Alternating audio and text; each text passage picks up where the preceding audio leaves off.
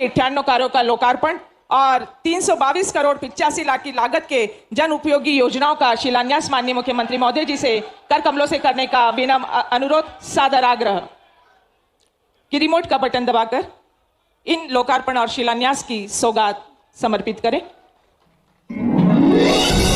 तालियों की गड़गड़ाहट से इस सौगात का स्वागत करें।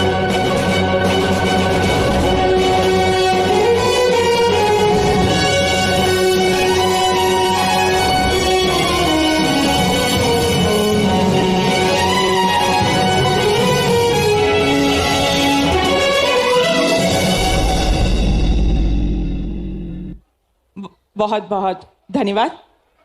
और मैं ससम्मान आदरपूर्वक अनुरोध के साथ माननीय मुख्यमंत्री महोदय डॉक्टर मोहन यादव जी से अनुरोध करूंगी कि इस पावन अवसर पर जनमानस को अपने आशीर्वचन, अपने मार्गदर्शन से प्रेरित करने का कष्ट कीजिएगा। जोरदार तालियों से परम श्रद्धेय मुख्यमंत्री महोदय जी का स्वागत करें। वे अपने विचारों के साथ आपके बीच पधार रहे हैं। जोरदार तालियों की गड़गड़ाहट से स्वागत।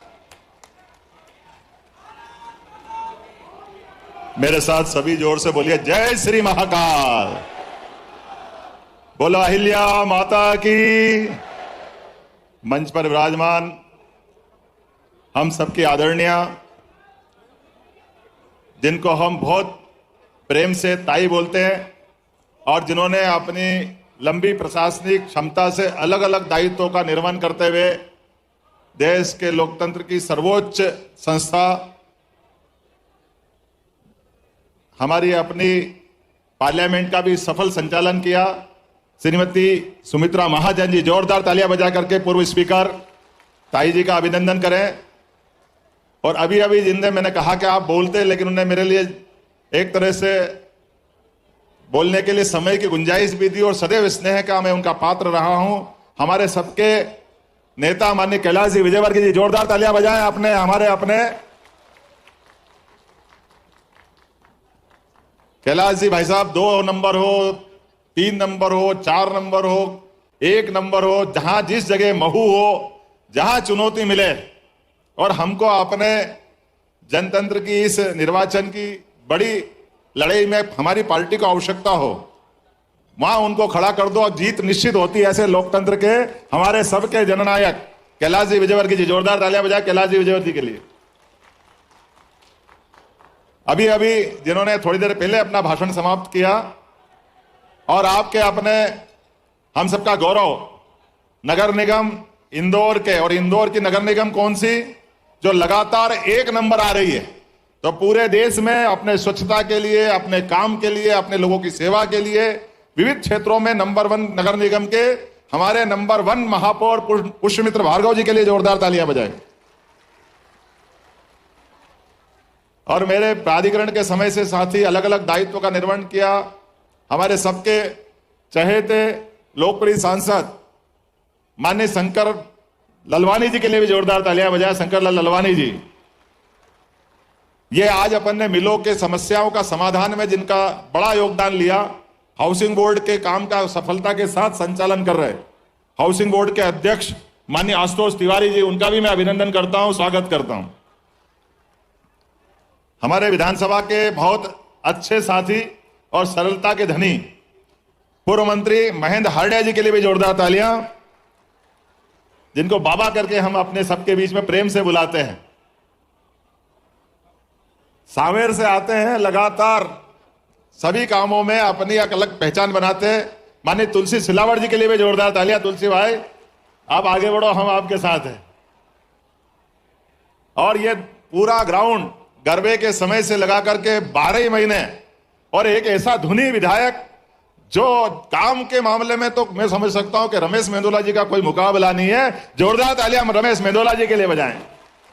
ओलंपिक संख्या, वाह, हुकुमचंद मिल के मजदूर का बेटा, जोरदार तालियां बजाओ रमेश मेंदोला जी के लिए। ये ओलंपिक संघ के अध्यक्ष और मैं इनके साथ उपाध्यक्ष हूं। ऐसे हमारे लिए अद्वितीय अलग अलग क्षेत्रों में काम करने वाले मेरे मित्र रमेश मेंदोला जी, हम सबके आदरणीय पूर्व महापौर लोकप्रिय विधायक श्रीमती मालिनी गौड़ जी के लिए जोरदार तालियां बजाएं।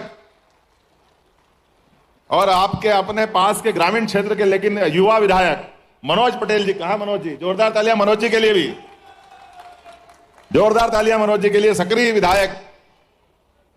और मैं प्राधिकरण का अध्यक्ष था तो उज्जैन विकास प्राधिकरण के अध्यक्ष को मान देते हुए सदैव सम्मान में छोटों को आगे बढ़ाना। और मधु भैया का तो कोई जवाब नहीं, क्या प्राधिकरण चलाया। हम आज भी MR10 को याद करते हैं, वो जो कुशाभाऊ ठाकरे मार्ग के नाम से जाना जाता है। मधु भैया के लिए जोरदार तालियां। मधु भैया क्या अपना व्यक्तित्व है और क्या विनम्रता के आप परिचायक है, वाकई अद्भुत व्यक्तित्व है। 3 नंबर विधानसभा बड़ी कठिन चुनौती थी। गोलू भाई, जोरदार तालियां गोलू भाई के लिए भी, गोलू शुक्ला जी।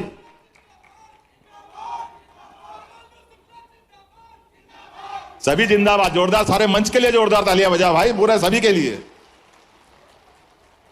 हमारे अपने इंदौर विकास प्राधिकरण को नई नई ऊंचाइयों तक ले जाने वाले जयपाल सिंह जी चावड़ा, अध्यक्ष इंदौर विकास प्राधिकरण, जोरदार तालियां चावड़ा जी के लिए।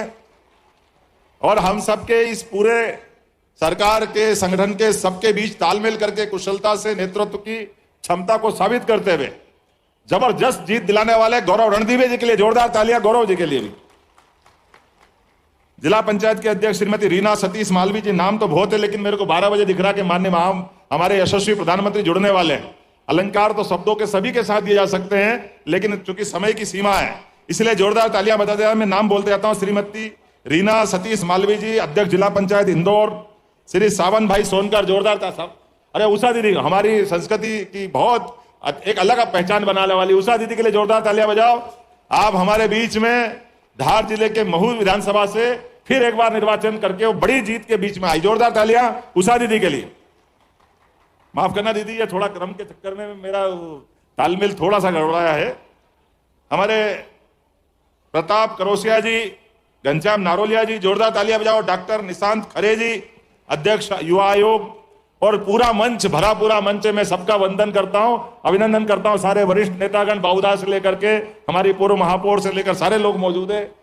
और इस अवसर पर यहां इस कार्यक्रम के मुख्य बड़ा किरदार 32 साल तक सतत संघर्ष करके मजदूर के अलग अलग संगठन के लोगों ने जो लड़ाई लड़ी, मैं आपका भी हाथ जोड़ के वंदन करता हूं, अभिनंदन करता हूं। वास्तव में आपके उस संघर्ष के कारण से आज एक बड़ी सफलता हासिल हुई और यह हम सबका सौभाग्य है।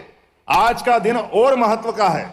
हम सब जानते हैं भारत रत्न स्वर्गीय अटल बिहारी वाजपेयी जी, मैं उनको प्रणाम करता हूं, नमन करता हूं। जोरदार तालियां बजाइए माननीय स्वर्गीय अटल बिहारी वाजपेयी जी के लिए।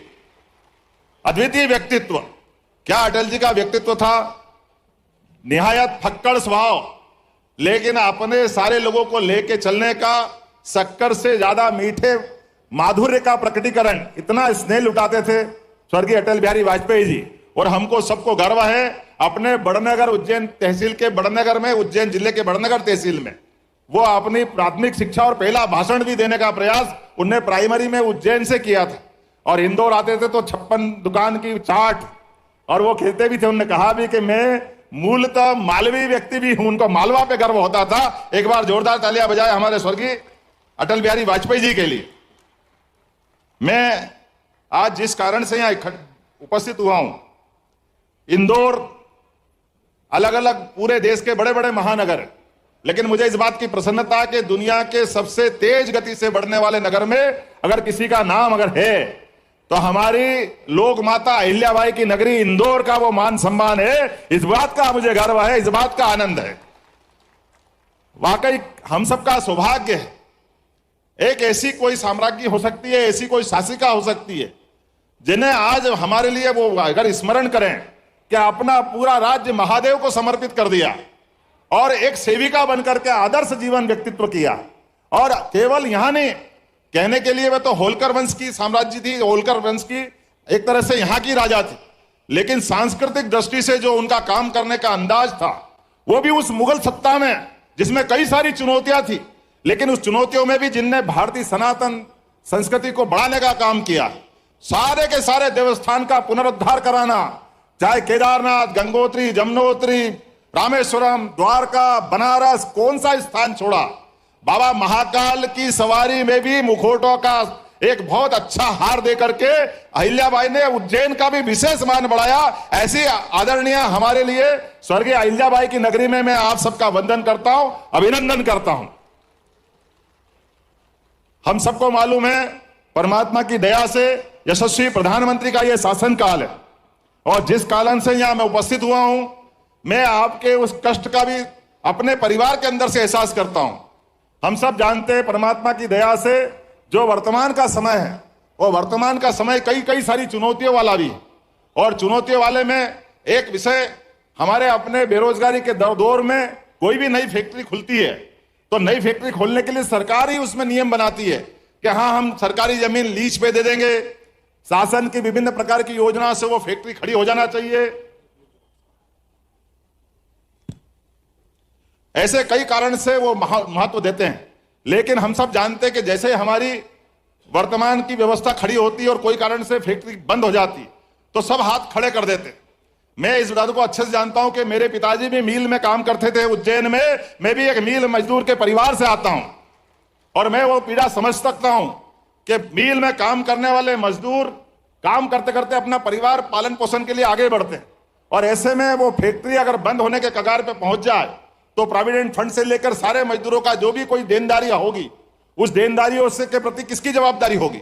अब फैक्ट्री खुली 1923 में, 60 साल तक ये हुकुमचंद मिल चलता रहा, 4800 से ज्यादा मजदूर उसमें काम करते रहे, लेकिन काम करते करते जब फैक्ट्री बंद हो गई तो मूल जिनने फैक्ट्री डाली वो तो कहीं और चले गए। और जैसा कि माननीय कैलाश जी भाई साहब कह रहे हैं, अब जमीन का मसला आया, नगर निगम हो, कलेक्टर हो, राज्य शासन हो, सब कहने को तैयार है कि भैया ये जमीन तो हमारी है, अब मजदूर की देनदारी हमारी जवाबदारी नहीं, और हाईकोर्ट में मामला उलझा देते। ऐसा कैसा उज्जैन में विनोद विमल मिल का मामला उलझा हुआ था, जिसके माध्यम से मैं अपने उस पूरे माहौल को नजदीक से देखा था। तो हमने कहा कि नहीं, ये गलत बात, ये जमीन के माध्यम, ये सरकार तो वही है ना, पहले हो सकता सिंधिया सरकार हो, होलकर सरकार हो, लेकिन बाद में सरकार बदल गई तो सरकार